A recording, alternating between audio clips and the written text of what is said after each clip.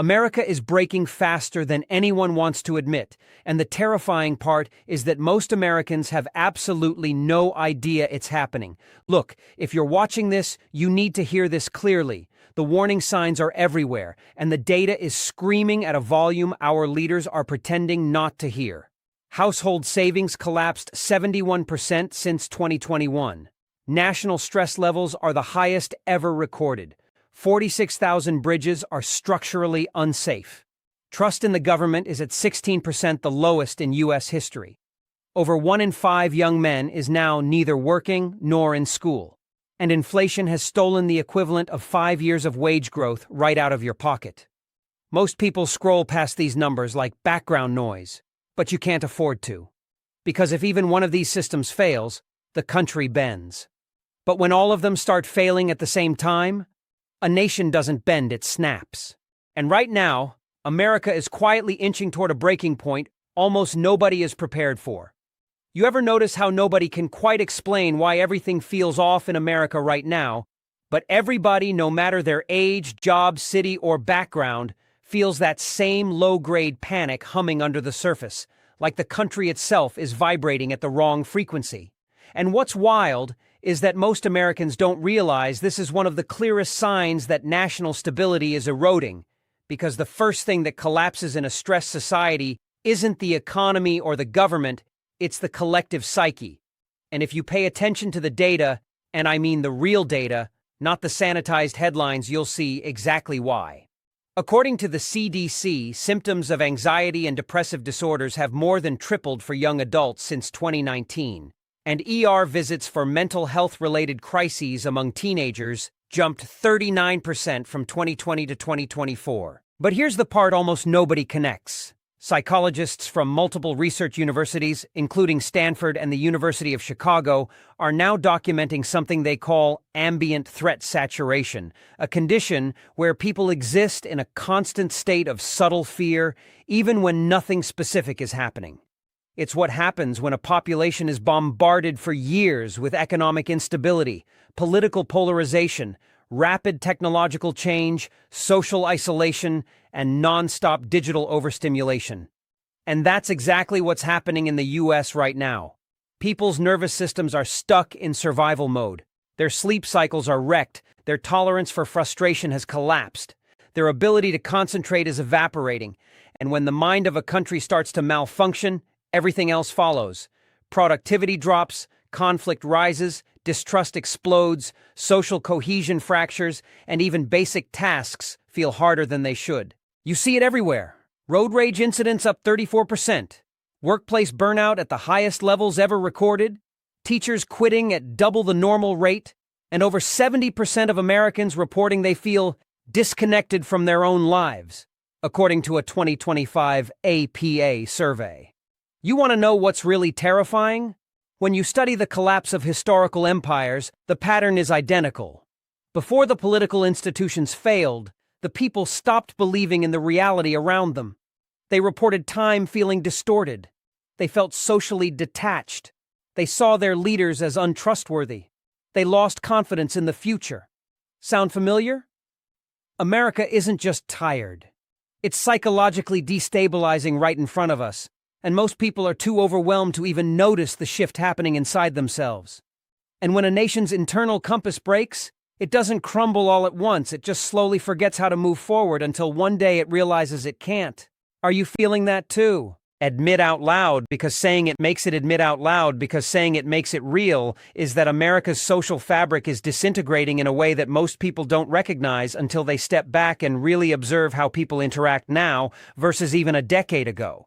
And it's not just people are rude or nobody cares anymore. This is deeper. This is structural. This is measurable. Sociologists at Harvard and the University of Michigan have been tracking what they call community cohesion indicators for years, and the decline since 2015 is staggering. Trust in neighbors has fallen 41%. Participation in local organizations has dropped over 50%. And the percentage of Americans who report having no close friends at all has more than doubled. But here's the part that truly reveals how stability is being tested in ways most Americans miss. Community collapse always precedes national decline. Because a nation is nothing more than millions of tiny social bonds working in harmony. When those micro bonds weaken, everything else eventually snaps. And think about it. You feel it every time you walk into a grocery store and the energy feels tense, or when people avoid eye contact as if you're a threat, or when conversations feel surface level and forced because everyone is emotionally running on fumes. We've become a society of isolated individuals living near each other rather than a shared community living with each other. Even public spaces reflect this shift. Libraries are quieter, parks are emptier, small businesses are shuttering faster than they can open, and people who used to rely on community-based support now turn to the internet instead because digital connection feels safer, even though it's hollow. And tech companies know this. They've engineered platforms to take the place of community, monetizing loneliness on a national scale. The average American now spends 7.3 hours a day on screens, and the more time people spend online, the less anchored they are in their physical lives. That creates a population easier to manipulate, easier to divide, easier to exhaust. Historically, when communities fragment, nations become fragile. Crime rises, institutions lose legitimacy, and the collective sense of purpose evaporates. And if you compare the U.S. to every major society that unraveled from the Soviet Union in the 80s, to Argentina in the early 2000s, the first warning signs were always social disconnection and the collapse of shared identity. It's happening here in real time. Not loudly, not dramatically, just quietly, like sand slipping through your fingers. You don't notice the loss until it's already gone. And that's how stability disappears, not with an explosion, but with a slow, quiet unweaving of the social thread that once held everything together. What most Americans don't realize, because it's cleverly disguised beneath marketing slogans, political speeches, and billion-dollar federal band-aids, is that the U.S. is running on infrastructure so deteriorated that engineers have been calling it a shadow collapse for years. And if you're wondering how that's even possible in the richest country on earth, the answer is disturbingly simple. America has been living off the reputation of its former greatness while quietly allowing its physical foundation to erode beneath everyone's feet. The American Society of Civil Engineers gave the nation's infrastructure a C- in 2025, but when you break down the categories, it gets even worse. Over 46,000 bridges are structurally deficient. Water systems lose 6 billion gallons a day through leaks, and more than 80% of U.S. power grids are operating decades past their intended lifespan.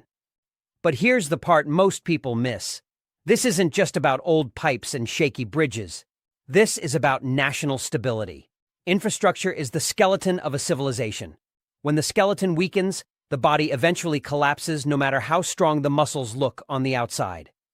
More than 21 major U.S. cities have experienced rolling blackouts in the past 3 years, not because of extreme weather alone, but because the grid simply can't handle modern electrical demand. Freight rail derailments have increased 37% since 2018, with aging brake systems and insufficient safety tech being the primary causes. And water contamination? According to EPA data, more than 32 million Americans were exposed to drinking water that violated safety standards in 2023 alone, often due to failing treatment plants built in the 1960s and 70s. The government keeps announcing massive infrastructure funding, but what they don't explain is that most of the money goes toward emergency patchwork rather than true modernization. Think of it like slapping duct tape on a leaking submarine. It might hold for now, but the pressure is still building. Meanwhile, China has built over 26,000 miles of high-speed rail, while the U.S. can't even manage a single functional high-speed line between two major cities. And when a nation falls behind physically, it falls behind economically, strategically, and socially. Infrastructure collapse is never sudden. It starts as inconvenience, then becomes dysfunction, then becomes danger. America is already deep into stage 2, and most people don't even realize it because the decline has been expertly hidden behind short-term fixes and slogans about renewal. But the cracks are widening, and once the physical systems that hold a nation together begin to fail, the rest of the collapse doesn't take long to follow. You know what's really unsettling about America right now? It's not the headlines. It's not the layoffs. It's not even the price tags that keep jumping every time you blink. It's the fact that a massive, slow-moving economic collapse is happening in real time, but it's so gradual, so quiet, so stretched across years instead of days, that most people don't recognize it for what it is. In the Graham Stephan style, let me put it to you straight, this is the kind of financial unraveling that doesn't feel like a crash. It feels like exhaustion. It feels like constantly working harder just to stay exactly where you were last year. It feels like realizing your paycheck buys 30% less than it did in 2019 and wondering why you're still trying. And here's the kicker. Economists at MIT and the Federal Reserve just published a joint model showing that U.S. households are now experiencing what they call permanent inflationary drag. In simple terms, even if inflation stopped tomorrow, the damage to purchasing power is already locked in. Americans lost the equivalent of 5.6 years of real wage growth in just 36 months. Meanwhile, consumer debt hit $17.5 trillion in 2026, the highest in history, with credit card APRs hovering between 28% and 34% levels we haven't seen since the 1980s. But what most people don't see is that this isn't just inflation and debt. This is a structural shift. Companies are laying off high-income earners and replacing them with lower-wage workers or automation. Real estate has become a speculative casino where hedge funds buy neighborhoods like they're buying shoes. And the number of Americans who can afford a middle-class life has dropped from 61% in 2000 to 42% today. That's not cyclical decline, that's erosion. Slow, quiet, relentless erosion. And the most alarming part?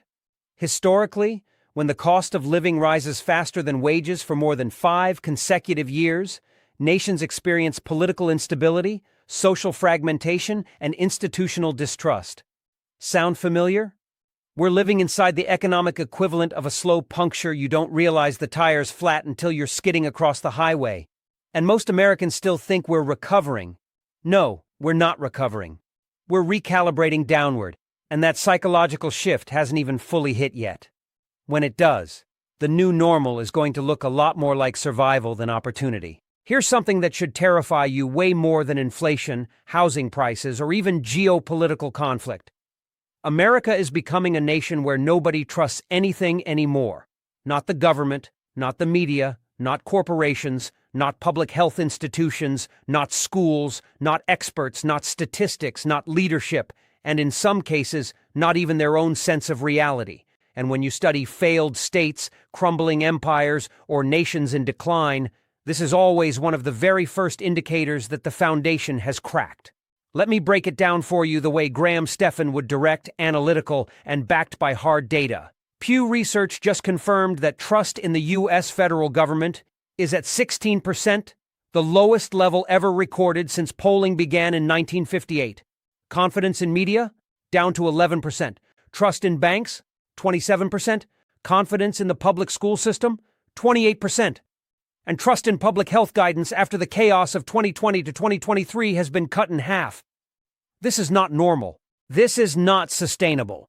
A nation cannot function when its people no longer believe the people running it. When Americans hear official unemployment numbers, they assume they're fake. When they hear inflation is cooling, they scoff while watching their grocery bill go up another 12%. When they hear that layoffs are temporary adjustments, they know the real reason is profit optimization and workforce automation. The U.S. now has the same trust profile as countries entering political realignment or economic freefall. And here's what almost nobody realizes. When institutional trust collapses, people stop being governable in the traditional sense. They stop cooperating. They stop complying. They start withdrawing from civic life. They begin relying on alternative information ecosystems, sometimes accurate, sometimes dangerous. Communities fracture into tribes. National identity splinters. And once that happens at scale, no policy, no stimulus, no speech can put the genie back in the bottle. Historically, the collapse of trust is irreversible without a major societal reset, and I don't mean a new administration. I mean a restructuring of how power, truth, and authority function. The U.S. has passed the threshold where people assume deception first and truth second, and that psychological shift is one of the most destabilizing transitions a nation can experience. We're not witnessing chaos. We're witnessing disbelief. And disbelief is the beginning of collapse, not the dramatic kind you see in movies, but the kind where institutions simply stop working because the people powering them no longer believe in the system they serve. If you really want to understand how America's stability is being tested in ways most people completely overlook, you have to look at the American workforce, not the headlines, not the job reports, not the political talking points, but the actual human beings keeping the country running. And the truth is brutal. Americans are reaching levels of burnout that economists, psychologists, and even labor historians are calling unprecedented in modern U.S. history. You can feel it everywhere. Your coworkers look exhausted. Your friends talk about being tired in a way that isn't fixed by sleep. People snap quicker, patience is thinner, and even basic tasks feel heavier than they should. What's wild is that this isn't just emotional. It's measurable. According to a 2026 Gallup workforce report, 62% of American workers now say they feel chronically burned out, and productivity per worker has dropped to its lowest level in 44 years. But here's the part nobody connects. Burnout is not an individual problem, it's a systemic red flag. Burnout at scale signals a society that is exceeding its operational limits. The average American is now working more hours per year than workers in Japan, the UK, Germany, or France, yet experiencing declining quality of life, declining purchasing power, and declining upward mobility. Over 71% of workers say they cannot keep up with rising costs. More than half of employees fear layoffs, even while they're already understaffed. And this constant state of economic anxiety rewires the brain. It reduces creativity, lowers cognitive functioning, destroys emotional resilience, and makes people easier to manipulate and less able to challenge authority. Historically, before a nation reaches economic collapse, political revolt, or institutional breakdown, the first domino is always workforce fatigue. You see the same patterns before the fall of the Soviet Union, before Argentina's 2001 economic implosion, before Greece's 2008 crisis. A society cannot sustain itself when the people powering it are psychologically, emotionally, and physically depleted. And yet America continues pushing its citizens harder, higher output, more responsibilities, fewer benefits, increased living costs, stagnant wages, all while pretending everything is stable. This isn't stability. This is a slow-motion energy crisis inside the human beings who fuel the entire economic engine. And once the workers break, the system follows. Not immediately, not dramatically, but inevitably. One of the most dangerous and overlooked threats to America's stability right now isn't inflation, or geopolitical tensions, or rising crime. It's the fact that we no longer live in a shared reality. And I don't mean we disagree on policies or candidates. I mean Americans cannot even agree on basic facts. And once that happens, the country enters a condition political scientists call epistemic fracture, a stage where people stop arguing about solutions and start arguing about what's real. When reality is no longer shared, cooperation becomes impossible, governance becomes performative, and society becomes unanchored. Over the last decade, the U.S. has splintered into thousands of micro-realities, each shaped by algorithmic feeds, political echo chambers, selective news, curated narratives, and economic incentives that reward division. According to a 2025 RAND study, Americans now agree on fewer factual statements than at any time since the 1800s. And the consequences are severe. Trust collapses, institutions lose legitimacy, conspiracy ecosystems flourish, and people become alienated from their own ability to make sense of the world. But here's the part most people don't see. This fragmentation didn't happen by accident. Big Tech discovered that polarization increases engagement by up to 87%. Political strategists realized that outrage motivates voters better than cooperation. Media companies found that fear-based headlines generate significantly more clicks. So now we're trapped in a reality marketplace where truth competes with entertainment and fear consistently outperforms nuance. The result? A population that is overstimulated, underinformed, and constantly unsure of what is actually happening. And when people don't know what's real, they can't plan, they can't trust, they can't unite, and they can't hold power accountable. The U.S. is living in a psychological fog, a fog so thick that Americans are more likely to believe their political opponent is an existential threat than believe the government can fix the economy. That's not just division.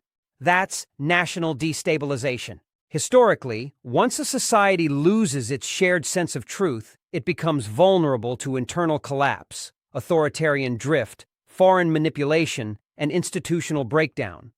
And that's exactly where America's heading. Not because people are stupid, but because the information environment is engineered to maximize confusion. A nation can survive recession, war, and hardship. History proves that. What a nation cannot survive is losing the ability to collectively perceive reality. Because once truth fractures, the country fractures next. A nation advancing faster than its people can mentally handle. If there's one thing Americans seriously underestimate right now, it's the sheer psychological and economic pressure created by the speed of technological acceleration. Everyone is so focused on AI replacing jobs, the next big tech IPO, or which billionaire is launching rockets into space that they're missing the real crisis. The human brain has not evolved fast enough to keep up with the amount of information, stimulation, and decision-making modern life demands. And that gap, the widening disconnect between human capacity and technological speed, is becoming one of the most destabilizing forces in the country. Think about it.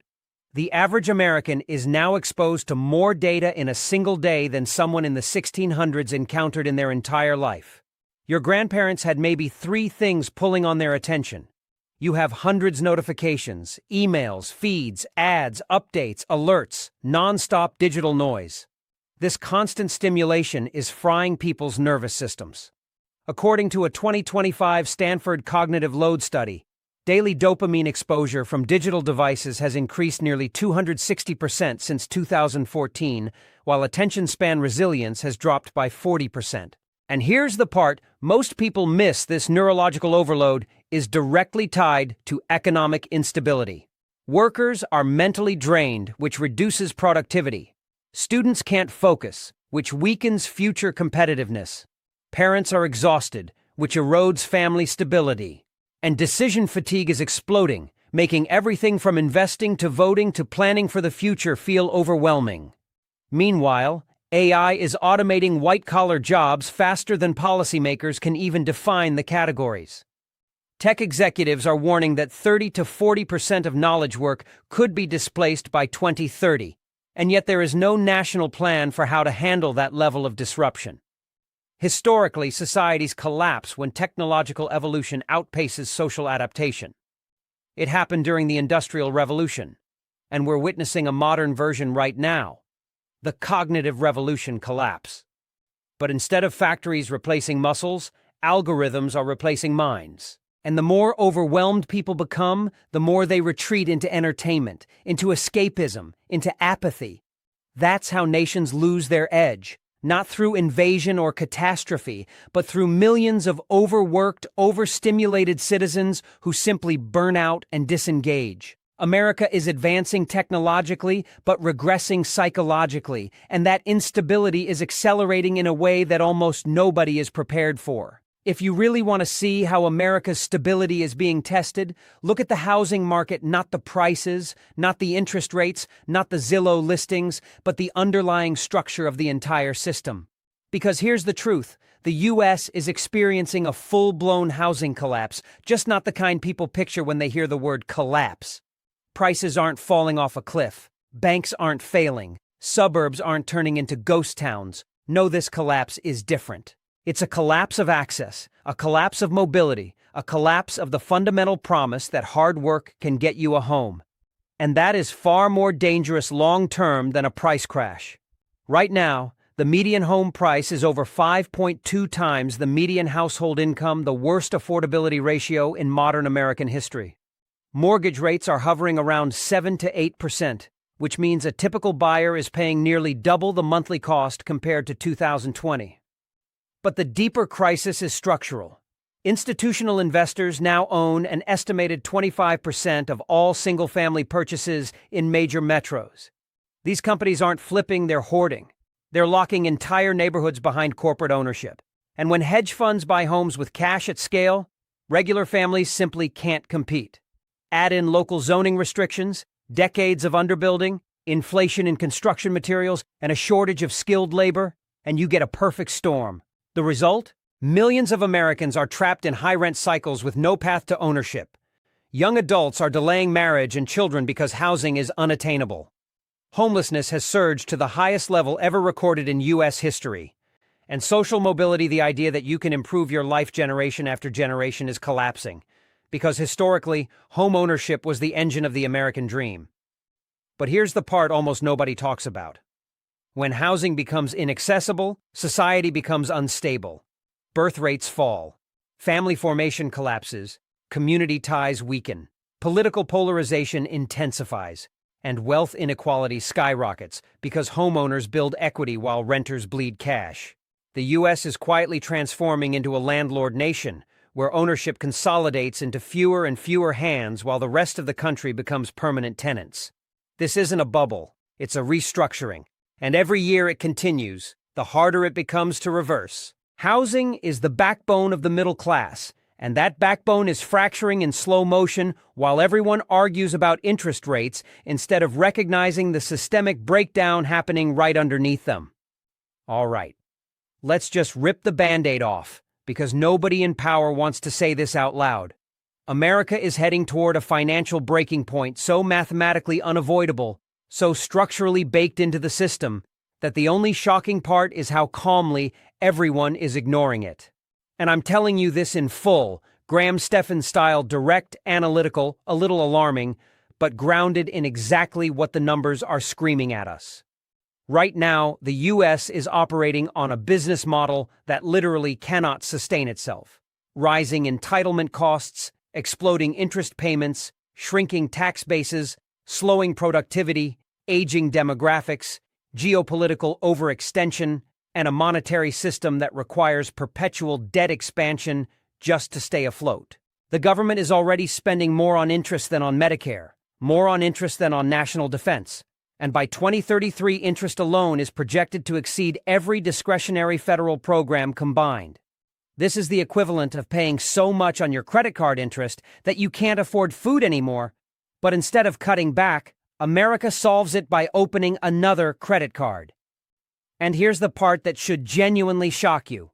According to the Congressional Budget Office, the U.S. is set to hit $52 trillion in national debt by 2034. And that projection assumes no recession, no major war, no new emergency spending, and no unexpected crisis, which, historically, has never happened. In fact, the CBO itself admitted that its projections have been consistently wrong for the last 20 years, because reality keeps turning out worse. But what makes this moment different from past debt cycles is the combination of high interest rates, declining global demand for U.S. treasuries, and aging boomers retiring en masse, meaning fewer workers supporting more retirees, while the government promises trillions in benefits it absolutely cannot afford. Social Security's trust fund is projected to run dry by 2033, Medicare by 2031. And instead of dealing with it, politicians kick the can, knowing that any honest fix, higher taxes, lower spending, later retirement, would get them voted out instantly. So the only solution left is inflation. Not accidental inflation, not temporary inflation. Engineered inflation. A long, grinding, decade-long erosion of purchasing power designed to quietly liquidate the debt while the average American wonders why groceries cost 40% more and why their savings buy less every single year. But here's the truly terrifying part. Once a nation reaches the point where its debt is growing faster than its GDP and its interest is growing faster than its revenue, the ending is already written. There are only three outcomes: massive inflation, massive austerity, or a currency reset. And the U.S. is already too politically fragile to survive austerity and too globally exposed to risk default, which leaves one path: controlled devaluation. In other words, America isn't going to crash dramatically, it's going to melt, quietly, slowly, relentlessly, one paycheck at a time, one grocery trip at a time, one interest rate hike at a time. The breaking point isn't coming, we're already living inside it. Look, if everything you just heard feels overwhelming, that's because it should. America isn't drifting anymore. It's accelerating toward a future most people aren't ready for. But here's the truth you cannot forget. The people who pay attention now are the ones who survive what everyone else gets blindsided by later. So here's what I want you to do. Don't just click away and pretend this isn't happening. Start preparing. Start learning. Start investing. Start paying attention to the signals everyone else ignores, because that's how you stay ahead in a country that's slowly losing its footing. And if you want to go deeper into exactly what's coming, the economic shifts, the psychological cracks, the structural failures, then make sure you subscribe, hit that like button, and drop a comment telling me which warning sign hit you the hardest. I read as many as I can, and your perspective genuinely shapes future videos. Because this conversation, it matters more than ever. And trust me, the next chapter is going to be even more shocking. So stay tuned, stay alert, and stay prepared. Thanks for watching. And I'll see you in the next one before America changes again.